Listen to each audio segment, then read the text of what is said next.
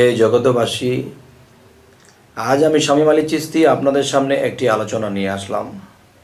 সেই আলোচনাটি হলো যে হজরত ঈসা আলাইহিস সালাম বলেছেন যে তোমরা শিশুর মতো হও। তো আমরা একটা সাবালক মানুষ, আমরা জগতে সাবালক হয়ে জন্মাইনি, কিন্তু শিশু থেকে আমরা সাবালক হয়েছি। কিন্তু একজন সাবালক মানুষ কিভাবে শিশুর মতো আচরণ করতে পারে? শিশুকে চকলেট দিলেও খুশি, এবং দেখা গেছে তাকে একটু আদর দিলে সে খুশি। কিন্তু একটা সাবালক মানুষ, তার চাহিদা থাকবে যে আমি একটা বাড়ি করব, আমি এটা করবো, আমি সেটা করব, আমার একটা বড় কিছু করতে হবে। তাহলে এই স্বপ্নগুলো কিন্তু একটা শিশু করে না। একটা শিশুকে চকলেট দিয়েছে, সে হাসতেছে, খেলতেছে, খাইতেছে, তাকে যা বলতেছে সে শুনতেছে, মাথা নুকাইতেছে। তাহলে বোঝা গেল কি যে হজরত ঈসা আলাইহিস সালাম তিনি বলেছেন শিশুর মতো হও। আমরা হাদিসের দিকে, কোরআনের দিকে যদি যাই, তাহলে দেখা যায় যে হাদিসের দিকে লক্ষ্য করলে দেখা যায় হজরত মুহাম্মদ সাল্লাল্লাহু আলাইহি ওয়াসাল্লাম তিনি যে শিশুদের সাথে খেলামেলা করতেন, শিশুদেরকে কিছু খাওয়াইয়ে দিতেন, শিশুদেরকে মাথায় হাত বোলাতেন, এদের ডাক খোঁজ করতেন, বেশি আনন্দ করতেন।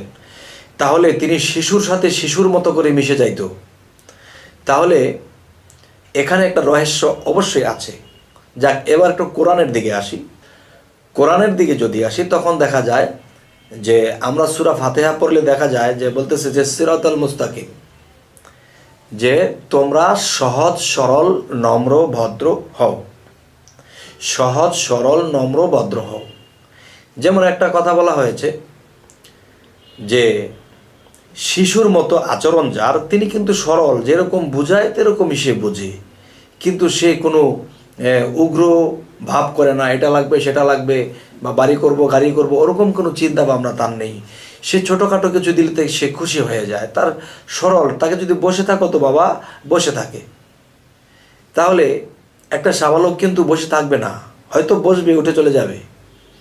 আচ্ছা, তাহলে সিরাতাল মুস্তাকিম, সহজ সরল পথ। তাহলে সেই সরল যদি কেউ হতে চায়, তাহলে সে হতে হবে শিশুর মতো তার আচরণ। শিশুর মতো যখন তার আচরণ হয়ে যাবে অরিজিনাল মতে, তখন দেখা গেছে, দেখেন, আল্লাহ কিন্তু আল্লাহর যে সম্পদ, আল্লাহর যে আধ্যাত্মিক সম্পদ, এটা কিন্তু আল্লাহ নিজের কাছে রাখে। তবে সেই আধ্যাত্মিক সম্পদ সেটা কাকে দান করে? যারা শিশুর মতো। আচ্ছা, এটা কেমন কথা? সেই কথাটি হলো যে একটা 2 বছর বা 3 বছরের শিশুর পকেটের মধ্যে আপনি একটা হীরা দিয়ে গেছেন, যে হীরাটির দাম বর্তমানে 1.5 থেকে 2 কোটি টাকা। একটা হীরার টুকরা তার পকেটে দিয়েছেন, বলেছে বাবা তুমি এই চকলেটটা খাও, আর এই হীরাটা তোমার পকেটে রাখলাম, এবং বলল যে এটা কাউকে দিবে না, এটা ধরবে না, এটা তোমার পকেটে থাক। আচ্ছা আচ্ছা, তখন সে চকলেট খাইতেছে, খেলাধুলা করতেছে, কিন্তু দেখা যায় যে তার পকেটের মধ্যে এত দামি হীরা, এটা তার খেয়াল নেই। এটা রাখতে দিয়েছে, সে রেখেছে, এটার দিকে কোনো খেয়াল নাই যে এটা দিয়ে কী করবে। এটা দিয়ে সে যে চকলেট খাইতে বাচ্চাটা পছন্দ করে, এটা দিয়ে এরকম 10টা 20টা চকলেটের ফ্যাক্টরি খোলা যাবে, কিন্তু এই জ্ঞানটাও তার নেই। তো এই জন্য তিনি সরল, এবং সরল বলে তার পকেটের মধ্যে এই হীরাটা রাখা হয়েছে। এবং যখন সময় হবে, তখন যার হীরা সে এটা বুঝে পাবে। আর যদি কোনো সাবালক ব্যক্তি, কোনো জ্ঞানী ব্যক্তিকে এই হীরাটা দেওয়া হতো রাখতে, হয়তো তার ভিতরে এমন কিছু কাজ করতো, এই হীরাটা দিয়েছে, এটা তো কোটি কোটি টাকা দাম, এটা দিয়ে কিছু করে ফেলি, এরপরে আমি যদি কোনো ব্যবসা বাণিজ্য বা বড় কিছু হতে পারি, তখন তার হীরাটা তাকে ফেরত দিয়ে দেব। কিন্তু দেখা যায় বাবা, এই হীরাটা হয়তো কেউ এরকম মনে করে কাজে লাগাবে, কিন্তু সে হয়তো কাজে লাগিয়ে লস খেতে পারে, সে আর জোগাতে পারবে না, এটা দিতে পারবে না। তখন তার কাছে যে এটা মজুত রেখেছে, তখন তাকে এটা ফেরত দিতে পারবে না। তবে শিশুর কাছে এটা ফেরত পাবে। তবে একটা সাবালক মানুষ, একটা মোটামুটিভাবে একটা সাবালক মানুষ যারা বুঝে যে এই একটা হীরা দিয়ে আমি অনেক কিছু করতে পারবো, তখন তার কাছে কিন্তু একজন বুঝমান ব্যক্তি এটা দিবে না। এরকম আল্লাহ বলেছে, তোমরা যদি কেউ আমার ধনে ধনী হতে চাও, তাহলে শিশুর মতো হও, সহজ সরল হও, নম্রভদ্র হও। তখন তোমরা দেখবা এই জিনিসগুলো আমার সম্পদগুলো পাইবার জন্য তোমার হয়ে যাবে ভাও।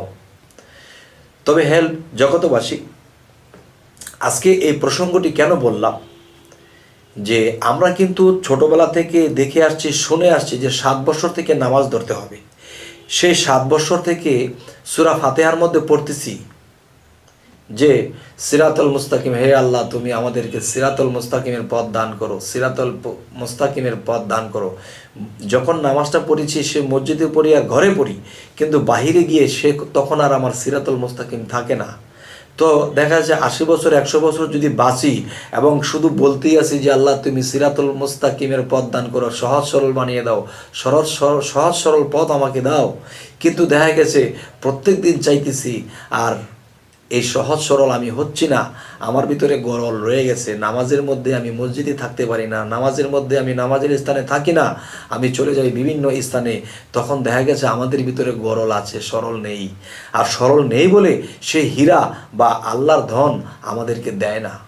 আর যদি অবুঝ হইতাম, অজ্ঞানের মতো শুধু তাকেই চিনতাম, শুধু তাকেই ভালোবাসতাম, যে আল্লাহকে ছাড়া আর কিছু চাইতাম না, তখন অজ্ঞানের মতো যখন আল্লাহকে ভালোবাসতাম, তখন আল্লাহ এই অজ্ঞানীকে আল্লাহর সাথে মিশিয়ে নিত।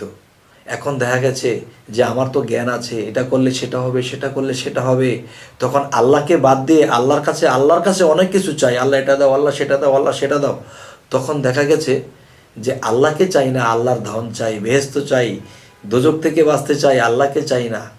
তাহলে বোঝা গেল তারা এমন জ্ঞানী হয়ে গেছে, তখন আল্লাহকে চাওয়া ছাড়া আল্লাহর ধন চাইতেছে, কিন্তু আল্লাহকে চাইতেছে না। আজকে আমি বোঝাইতে চাচ্ছি এই কথাগুলোই, যে আমরা যে ভুলগুলো করে থাকি, এখানেই সেই ভুল, যে আমরা সরল হতে হবে, সহজ হতে হবে এবং শিশুর মতো হতে হবে। তখন আল্লাহ আমাদেরকে জয় করে দেবে, আল্লাহর ধন দিয়ে আমাকে জড়িয়ে দেবে। তখন আল্লাহর ধনে যদি ধনী হতে পারি, তখন আল্লাহর সাথে মিশতে পারবো। হে জগতবাসী, তো আজ এই কথাগুলো বলেই রাখছি। সকলেই ভালো থাকবেন। আল্লাহ হাফিজ।